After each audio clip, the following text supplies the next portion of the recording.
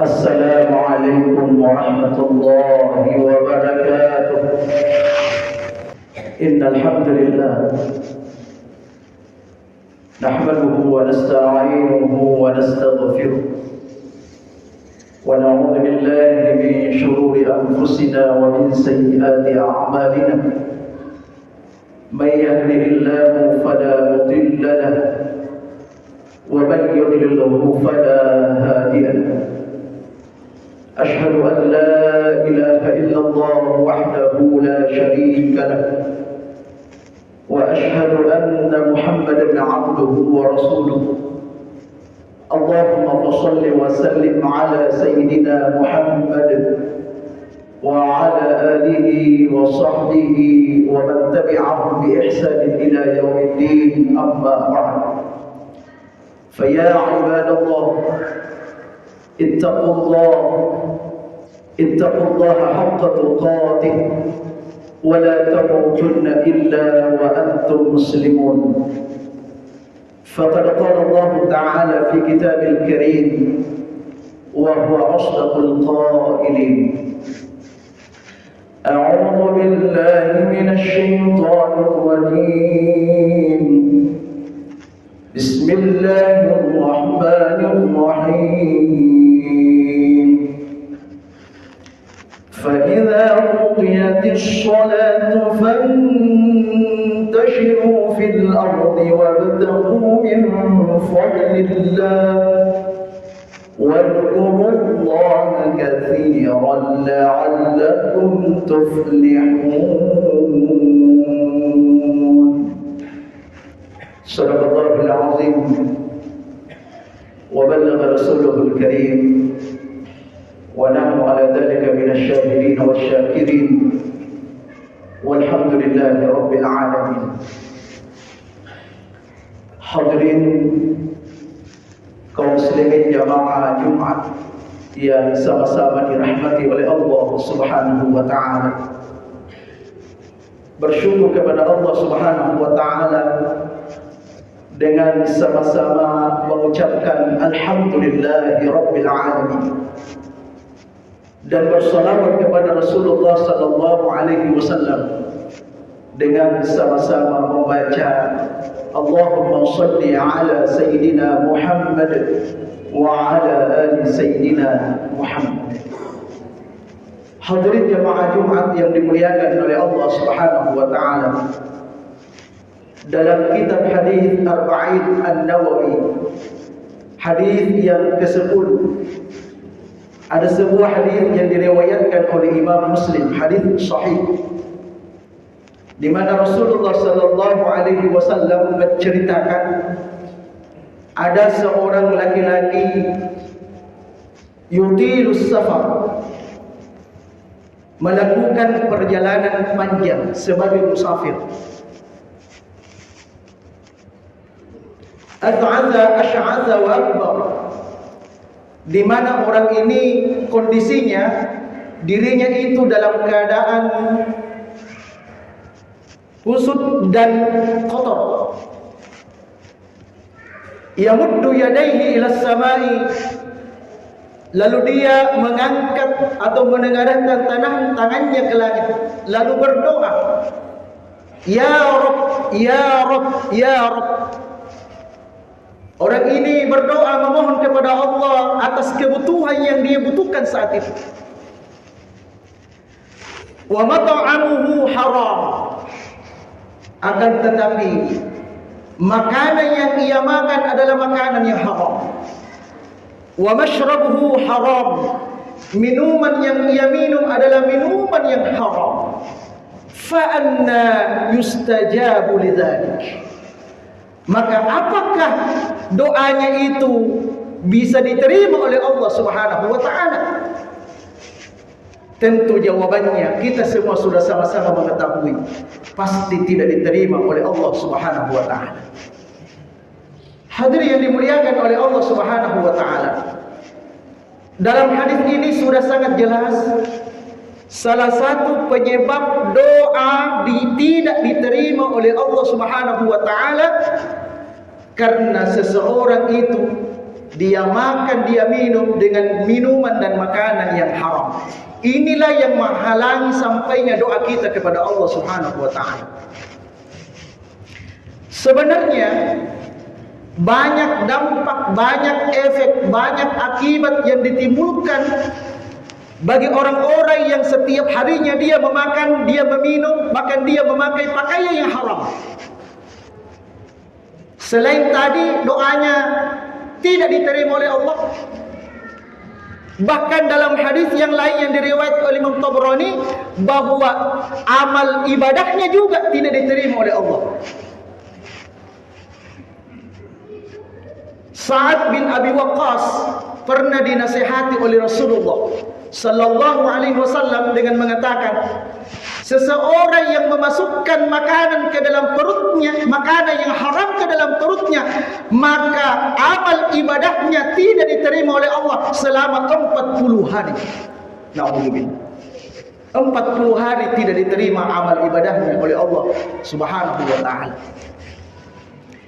Selain dari itu, dampak yang lain yang ditimbulkan ketika ada makanan haram yang masuk ke dalam perut kita, yaitu akan merusak hati dan akal kita. Hati ini tidak bisa khusyuk, tidak bisa tenang dalam menunaikan ibadah. Itu karena dipengaruhi oleh makanan yang haram. Selain daripada itu, seseorang yang memakan makanan yang haram akan merusak keturunannya, karena akan diberikan makan kepada anak dan makan kepada istrinya. Na'udzubillah tsumma na'udzubillah. Bahkan terakhir, akibat dari memakan makanan yang haram, maka tentu dia dimasukkan ke dalam neraka. Dalam hadis dikatakan, fannaru aula.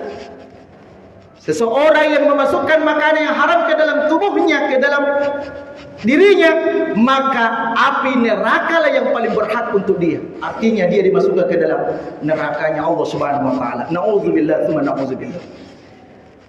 Jadi di sini sudah sangat jelas bahwa makanan, minuman, pakaian atau apapun yang kita tempati berasal dari yang haram, maka tidak ada kebahagiaan, tidak ada keselamatan yang diperolehnya. Oleh karena itu, hadirin yang dimuliakan oleh Allah Subhanahu wa taala, saat ini mari kita periksa diri kita. Apakah setiap hari apa yang kita makan, apa yang kita minum, apa yang kita pakai sudah dipastikan adalah sesuatu yang halal dan baik? Karena ini adalah perintah Allah. Baik perintah Allah secara umum seluruh manusia maupun kita secara khusus bagi orang yang beriman. Ya ayyuhan nas kulu mimma fil ardi halalan thayyiban. Ini perintah Allah berlaku secara umum.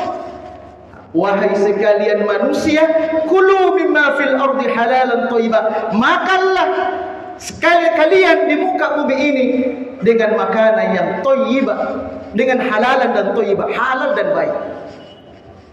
Itu perintah Allah.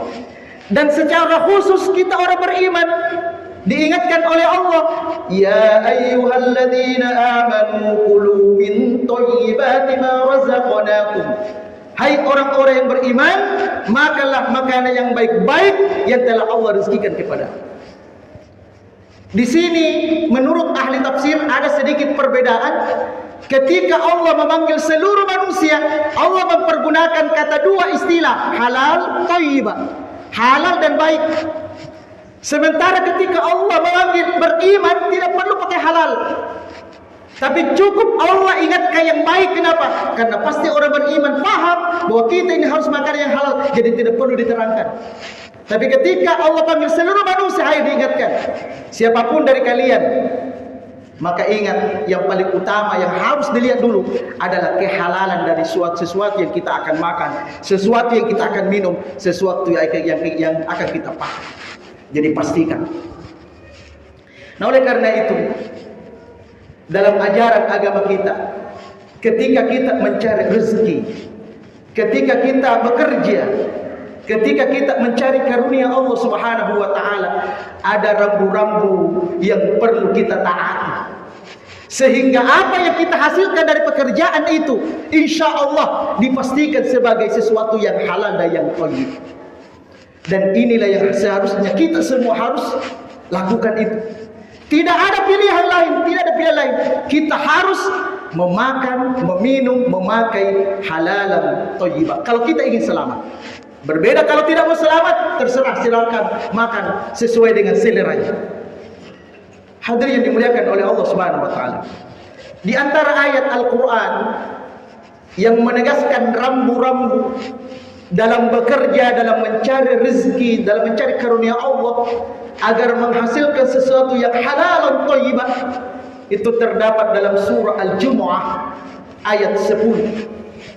A'udzu billahi minasyaitonir rajim.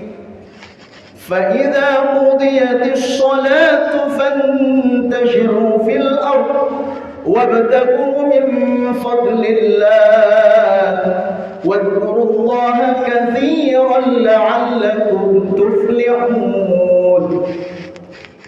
Artinya, apabila engkau telah menunaikan ibadah salat, fantashiru fil ardh, maka bertebaranlah kalian di muka bumi ini, wabtagu min fadlillah, dan carilah rezeki dan karunia Allah Subhanahu wa taala.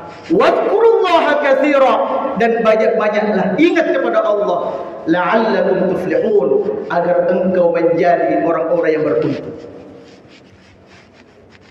Dari ayat ini ada beberapa poin, dan inilah menjadi rambu-rambu bagi kita ketika kita bekerja. Dan insya Allah yakinkan di ujung ayat ini, kalau kita lakukan ini, la'allakum tuflihun, pasti kita akan mendapatkan keberuntungan. Kita akan beruntung, kita akan selamat. Itu janji Allah. Yang pertama, ayat ini dimulai dengan fa'idha qudiyatis shalah, apabila engkau telah menunaikan ibadah salat. Artinya apa? Sebelum kita bekerja, sebelum kita keluar dari rumah bekerja mencari rezeki, maka di sini petunjuk Al-Qur'an adalah as-shalah, salat. Kata salat ini ada 3 isyarat. Ada 3 isyarat. Isyarat pertama, as-shalah ini menunjukkan aqimis sholata li dzikri, menunjukkan bahwa sebelum kita keluar dari rumah mencari rezeki, ingat Allah. Artinya apa? Luruskan niat bahwa kita ini keluar bekerja semata-mata untuk mengharapkan ridha Allah Subhanahu wa taala. Itu jadi luruskan niat kita dulu sebelum bekerja, sebelum keluar dari rumah untuk mencari rezeki. Luruskan niat. Itu makna yang pertama as-shalah di situ. Kita ingat Allah dengan meluruskan niat semata-mata mengharapkan ridha Allah Subhanahu wa taala. Yang kedua, isyarat yang kedua dari kata salat ini, as-salatu hiya doa. Salat itu adalah doa. Artinya apa? Sebelum kita keluar dari rumah, doa dulu. Jangan kita abaikan doa. Karena ada juga orang tidak peduli dengan doa, pokoknya dia keluar doa. Minimal doa apa? Minimal doa keselamatan dalam bekerja. Kita mohon kepada Allah, ya Allah, selamatkan saya sejak keluar dari rumah sampai kembali, selamatkan.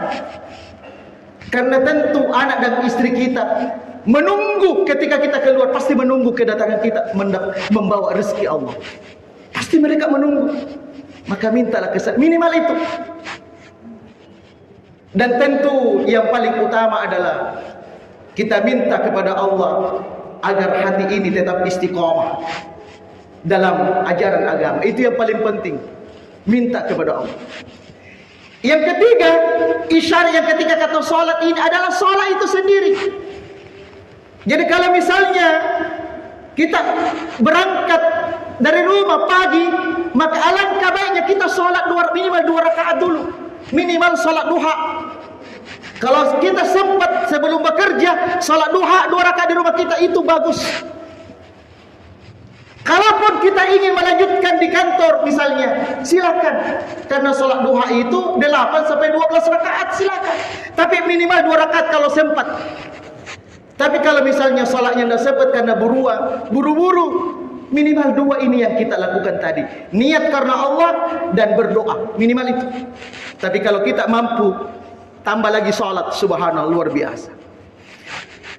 Jadi itu rambu yang pertama itu. Dari kata as-salah mengandung 3 isyarat: niat, luruskan niat, yang kedua doa, dan yang ketiga pelengkap, yaitu laksanakan salat 2 rakaat. Insyaallah inilah yang akan membawa kita nanti akan memperoleh harta yang halal thayyib. Yang kedua, fa idza qudiyatis salatu fantashiru fil ardi wabtaghu min fadlillah wadhkurullaha katsira. Ketika kita sudah berada di tempat kerja, kita sedang beraktivitas, kita sedang mencari rezeki Allah, Allah ingatkan, wadhkurullaha katsira, banyak ingat kepada Allah, zikir kepada Allah. Karena banyak juga orang ketika dia kerja lupa sama Allah.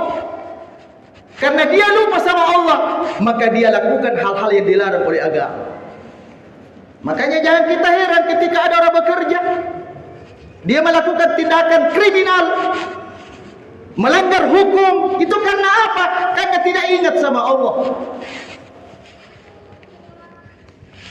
Ingat kepada Allah di sini boleh kita lakukan. Pertama, ingat zikir bil lisan. Jadi sambil kerja, mulut kita ini jangan berhenti mengucapkan kalimat-kalimat thayyibah. Subhanallah, walhamdulillah, wa la ilaha illallah, wallahu akbar.